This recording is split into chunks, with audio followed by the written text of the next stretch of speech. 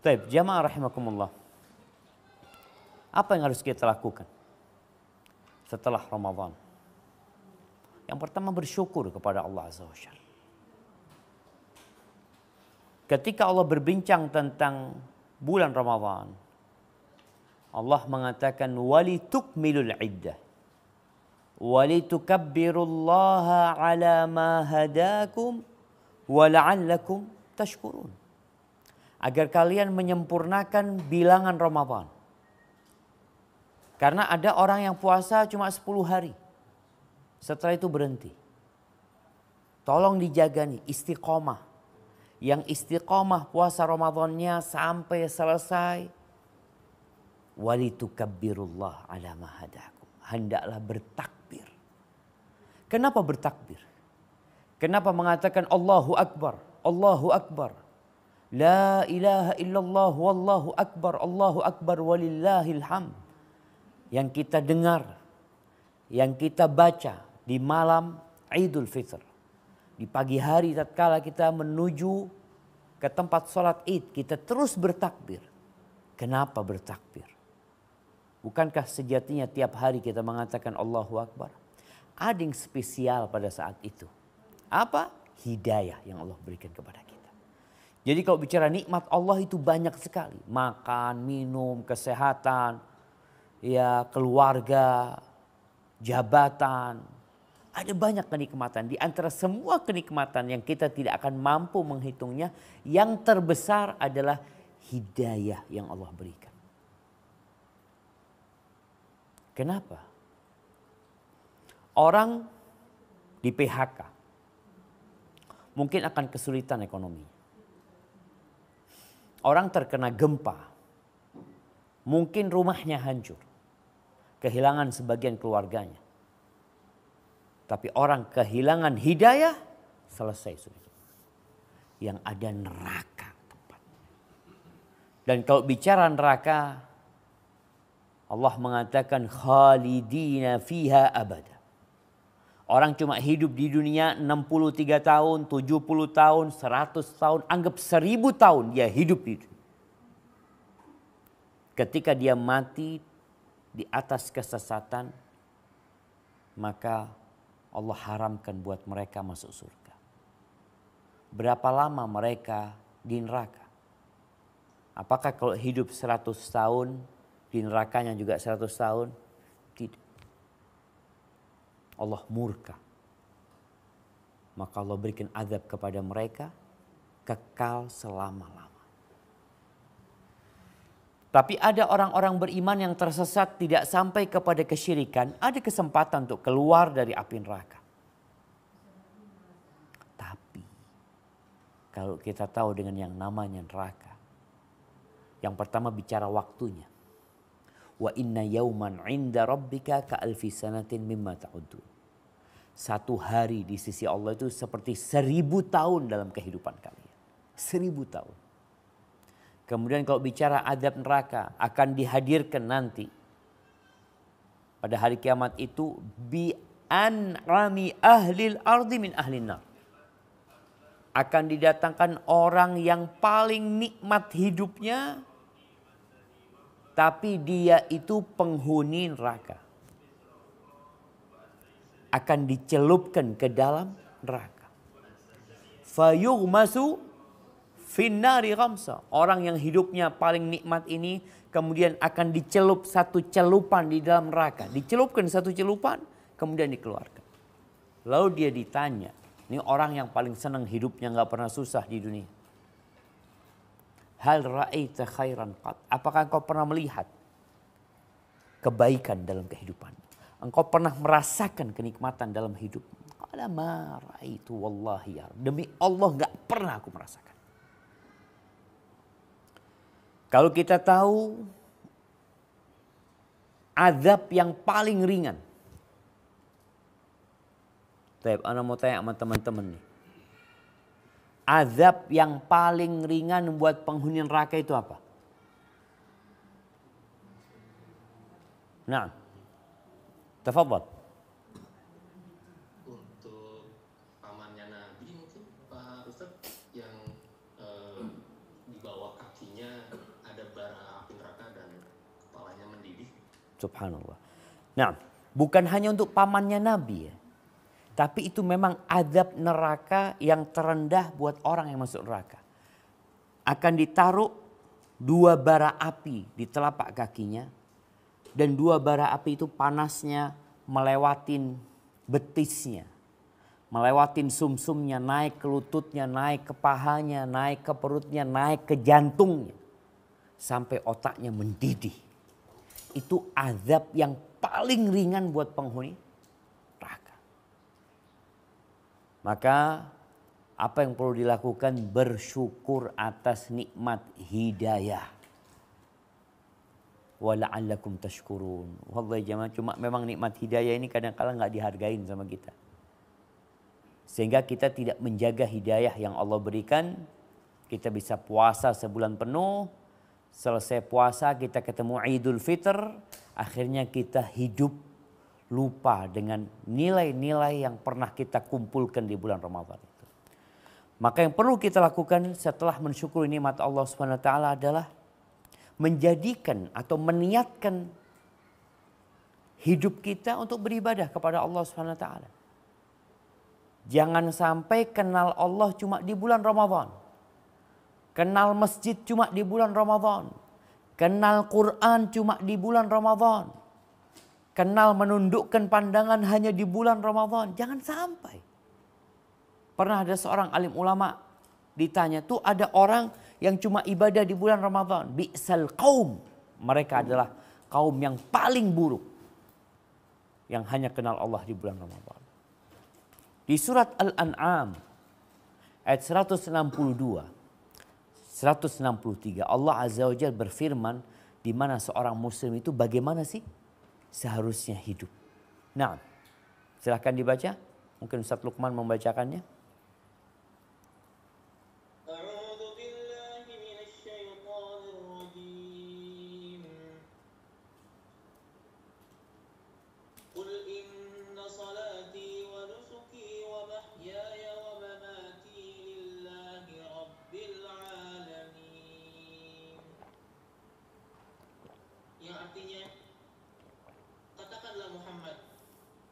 Sesungguhnya salatku, ibadahku, hidupku dan matiku hanyalah untuk Allah, Tuhan seluruh alam.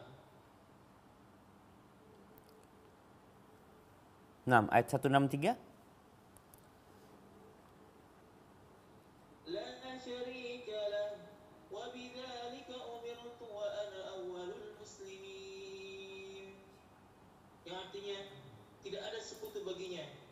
Dan demikianlah yang diperintahkan kepadaku, dan aku adalah orang yang pertama-tama berserah diri.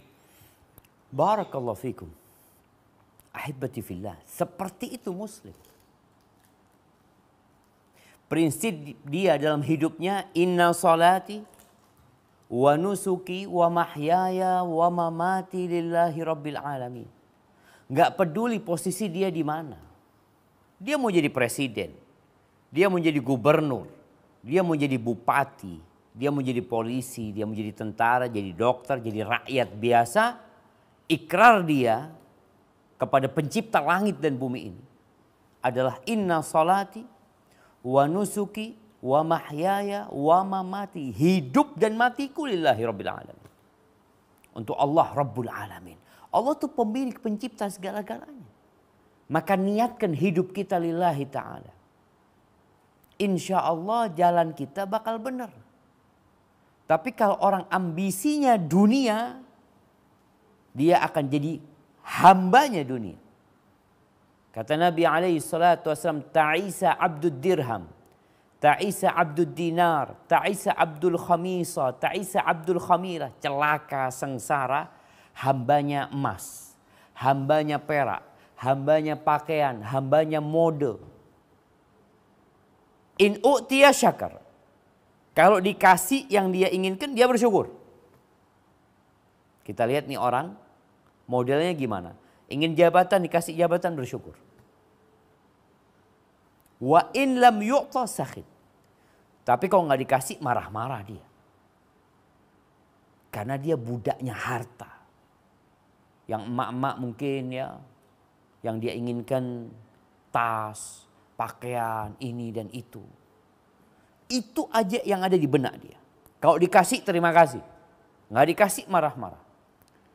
Nabi mengatakan, ta'isa wantakas wa idza syika falan taqash.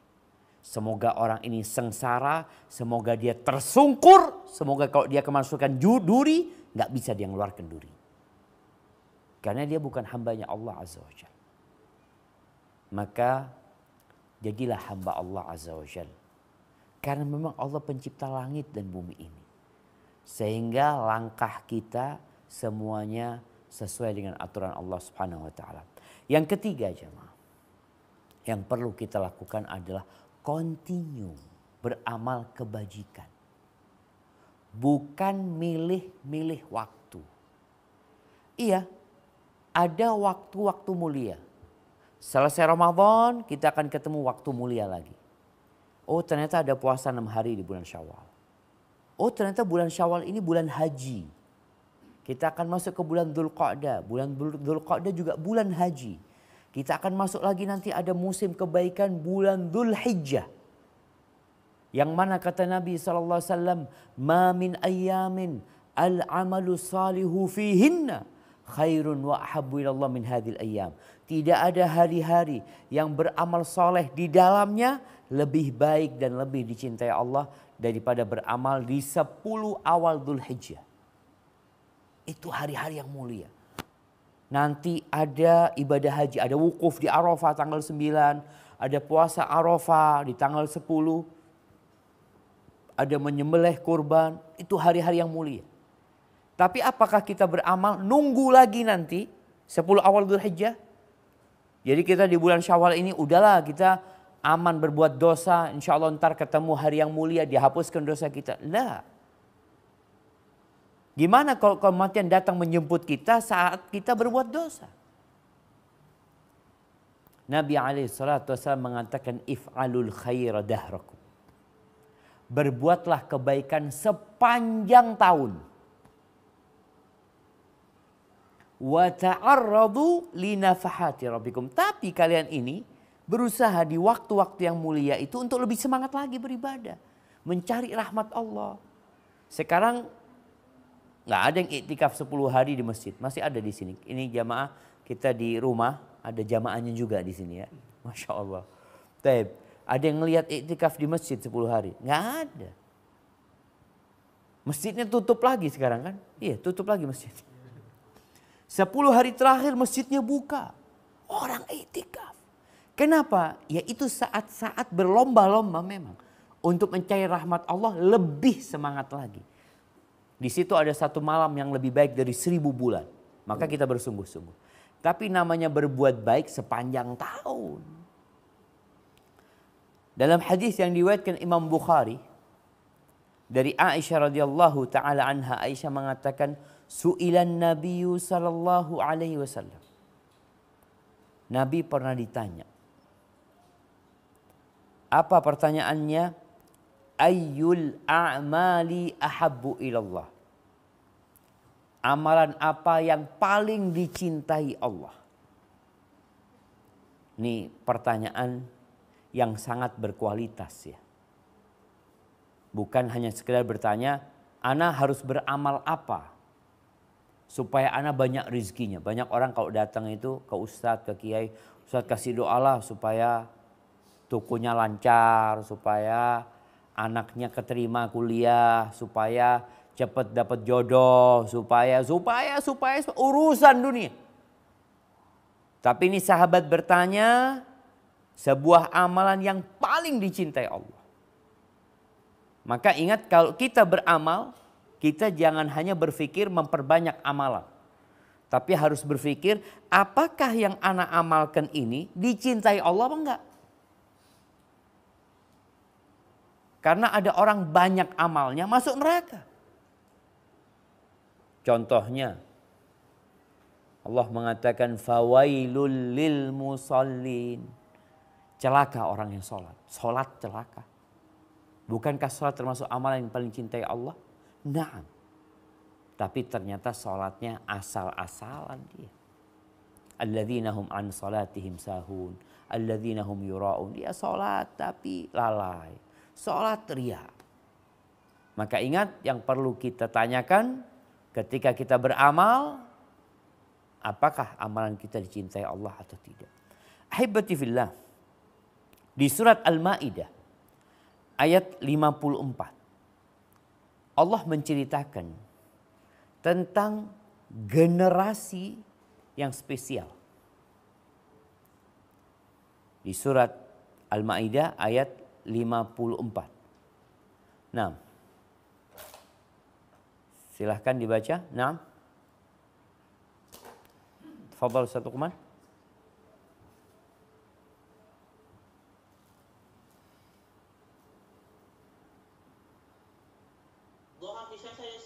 Nah, zahar fi syashah. Ya, mungkin bisa dilihat di mana, di layar.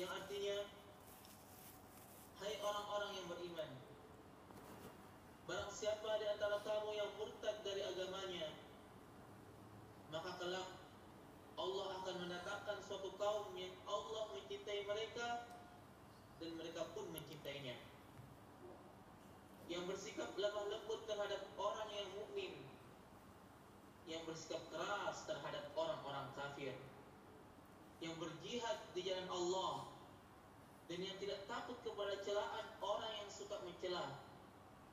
Itulah karunia Allah, diberikannya kepada siapa yang dikehendakinya, dan Allah maha luas pemberiannya, lagi maha mengetahui. Subhanallah syaikhana. Jadi itu yang dicari. Bagaimana kita menjadi kaum yang mencintai Allah dan dicintai Allah Azza wa Jalla. Karena kalau beribadah tanpa cinta, yang ada seperti pekerja paksa, kerja rodi. Orang beribadah tidak akan merasakan kenyamanan dia beribadah. Puasa di bulan Ramadan dia akan gerah. Sholat malam ketika imamnya panjang sedikit dia mengeluh. Kenapa? Karena dia beribadah tanpa cinta. Orang kalau sudah cinta semuanya dikerjakan. Rasulullah SAW sudah tua. Umurnya sudah 60 tahun. Bahkan lebih. Sholat sampai bengkak kaki. Bagaimana satu rakaat Nabi sholat. SAW. Satu rakaat sholat Nabi SAW. Itu baca 5 juz lebih. Beliau berdiri satu rakaat baca Al-Baqarah sampai selesai. Kemudian baca An-Nisa sampai selesai. Lalu membaca Ali Imran sampai selesai. Baru ruku. Kenapa beliau mampu melakukan itu? Cinta. Kenapa kita melihat ada orang-orang yang mampu mendaki gunung tertinggi di dunia ini? Berhari-hari dia meninggalkan keluarganya. Bahkan ada potensi, ada bahaya dia mati di sana. Tapi dia melakukan itu, kenapa? Ada yang dia cintai. Maka sahabat bertanya kepada Nabi SAW, Ayyul a'mali ahabbu ilallah. Amalan seperti apa sih yang paling dicintai Allah Azza wa Jal? Maka beliau SAW mengatakan, Adwamuha wa in qalla. Yang paling dicintai Allah adalah yang berkesinambungan walaupun sedikit.